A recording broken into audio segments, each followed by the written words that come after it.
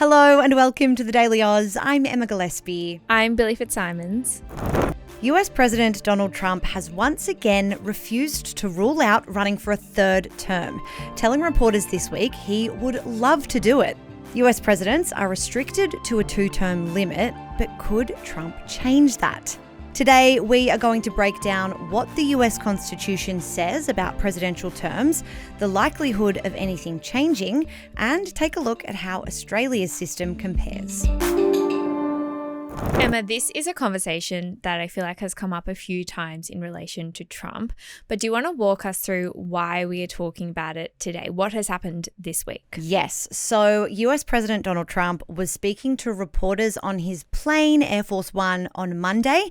He was on his way to Japan, and reporters on board asked him about the possibility of running for a third term, so that would be in 2028. Here is what he said. I would love to do it. I have my best numbers ever. It's very terrible. I have my best numbers. If you read it, am I not ruling it out? I mean, you'll have to tell me. All I can tell you is that we have a great group of people, which they don't. By they, he's talking about the Democrats, and that great group he described includes Vice President J.D. Vance and the current Secretary of State, Marco Rubio. And this isn't the first time that Trump has floated this idea, right? Not at all. In fact, far from the first time. Trump has actually repeatedly teased this idea of a third term, even since before he won a second presidential term. So in 2018, that was during his first term as president, he commended Chinese President Xi Jinping for being a, quote, president for life, adding that maybe we'll give that a shot someday. So this goes all the way back to then. At a 2019 rally, Trump told students chanting 4 more years that they should be saying 16 more years. And more recently, he told NBC in April that there are methods that could allow him to serve again, but he didn't elaborate any further on what that would look like. He has an online merch site where you can buy Trump 2028 hats and t-shirts right now. Really? That's your prerogative. I didn't know that. So you can buy Trump 2028 hats right now. Yeah, right now if you go online to his store and you want to do that. I'm not sure what the shipping to Australia is like. And finally, Trump's former White House chief strategist, a guy called Steve Bannon, who you may remember, he said on a podcast this week that, quote, Trump is going to be president in 28 and people ought to just get accommodated with that. At the appropriate time, we'll lay out what the plan is, but there is a plan, he said. And I think we should explain why it's not currently possible for Trump actually to run for a third term, and also acknowledge that it's different here in Australia. You can be Prime Minister for however long you want, or however long the public wants you to be the leader of the country. Yes. But in the US, it's actually not legally possible right now. Yep. And that is per the US Constitution, which is very clear on this. There is an amendment in that Constitution, the 22nd Amendment, which states, and I quote, no person shall be elected to the office of the president more than twice. This is an amendment that was formalized in 1951, and that was a few years after President F.D. Roosevelt won an unprecedented third term in 1940, followed by a fourth term in 1944.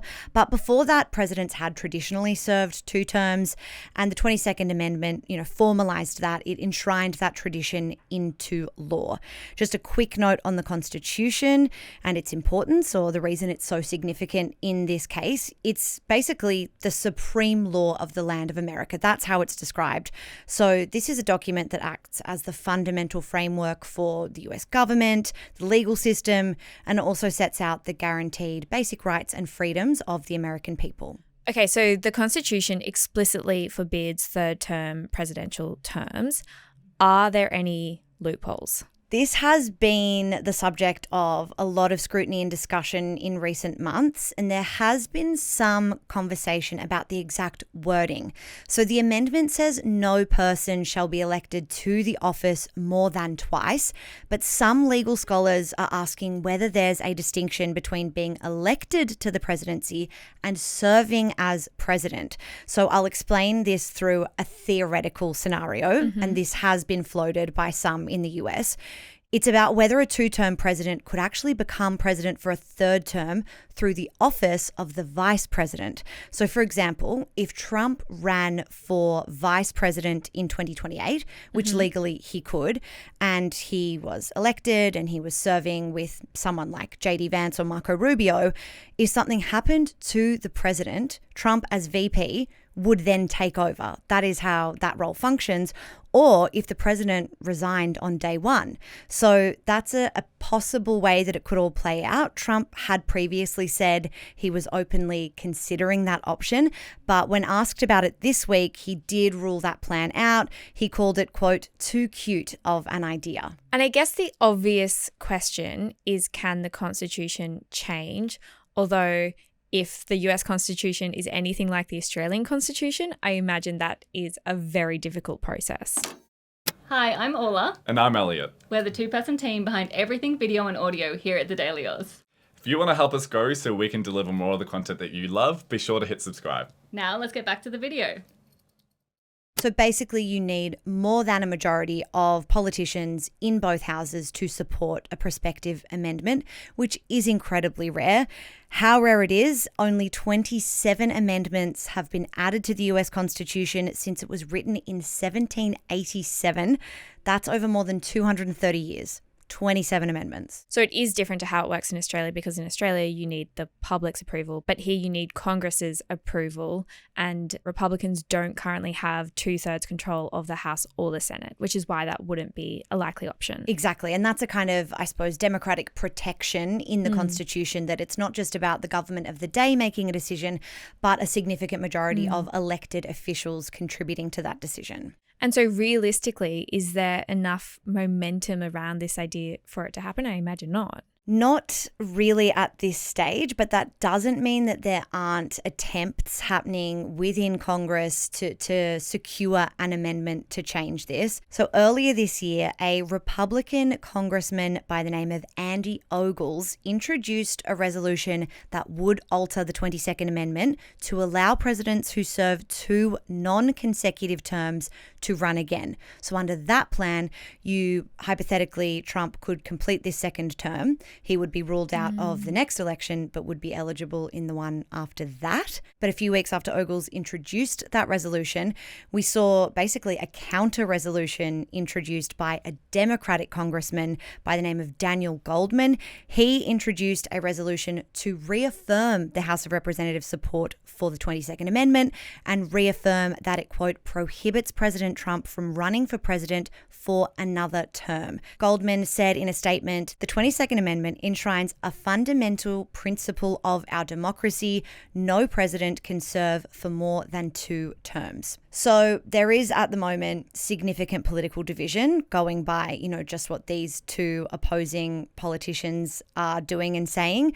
And the issue is highly unlikely to move in, the coming months or years ahead of that 2028 election. But it is interesting that it is an active conversation happening right now. Very much so. And the more that Donald Trump makes comments like he did this week, saying he would love to run again, things happen in US politics that we never expected to happen all the time. Yeah, and I've mentioned a few times how it is here in Australia compared to how it is in the US. Do you want to explain that a little bit more about how terms work here in Australia? Yeah, absolutely. So our system is completely different. We don't have term limits on individual leadership roles at all because, in fact, we don't have the presidential system. So there's no limit how long someone can serve as Prime Minister. The Prime Minister isn't directly elected by voters, as we know. They are the leader of the party that wins the most support. So, the leader of Labor or the leader of the coalition who win the majority of seats in the House of Reps. That is who becomes the Prime Minister. But, as we have seen, our government terms don't dictate our Prime Minister terms. And as long as a leader of a party in government maintains support, they can stay in that job indefinitely. Our longest serving PM was Robert Menzies, who served for 18 years. That is a long time. Yeah, it is a very long time, especially by today's measure. Yeah. And John Howard served for 11 years. So really there's nothing from stopping that from happening again. It's just unusual that we see that kind of tenure in our 2 major parties when it comes to individual leaders. One thing that is also different with Australia's system is that our terms for leaders, for prime ministers, is 3 years as opposed to 4 years in the US. But I know there's been a conversation about potentially changing that. Yes. So our terms are 3 years, but that's how long a government governs for, not necessarily how long a prime minister leads for. Yes. So both Prime Minister Anthony Albanese and senior coalition officials have previously expressed support for changing to 4-year terms. The argument here is that 3 years is too short of a window for governments to really set out long-term policy and to really enact those long-term policies. So, a changing constant election cycle, politicians spend a year organising, a year implementing policy, a year campaigning. The eye is always on the next polling day rather than, the shift in legislation and governing. And if that was to change, what would that process look like for how to change it? So here, a change like that would require a referendum. And as we know, to succeed, a proposal needs a majority of support in a majority of states. That old chestnut. That has proven to be very difficult in Australian history, as we know.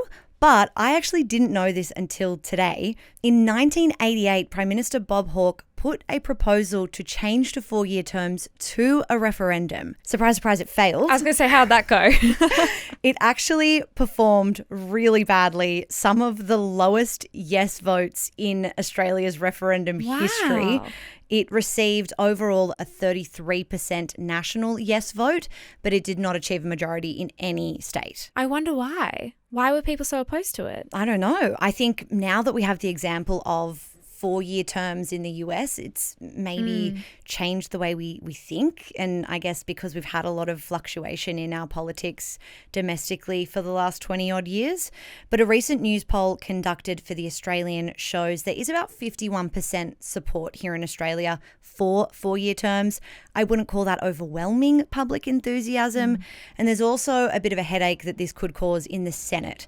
So upper house terms are currently double the length of lower house terms. Foreign Minister Penny Wong has argued 8-year terms are too long.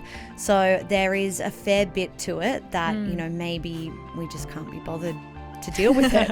Two very different systems with very different debates going on. Thank you for breaking that down, Emma. Thanks, Billi. That's all for today's deep dive. We'll be back this afternoon with the headlines. Until then, have a great day.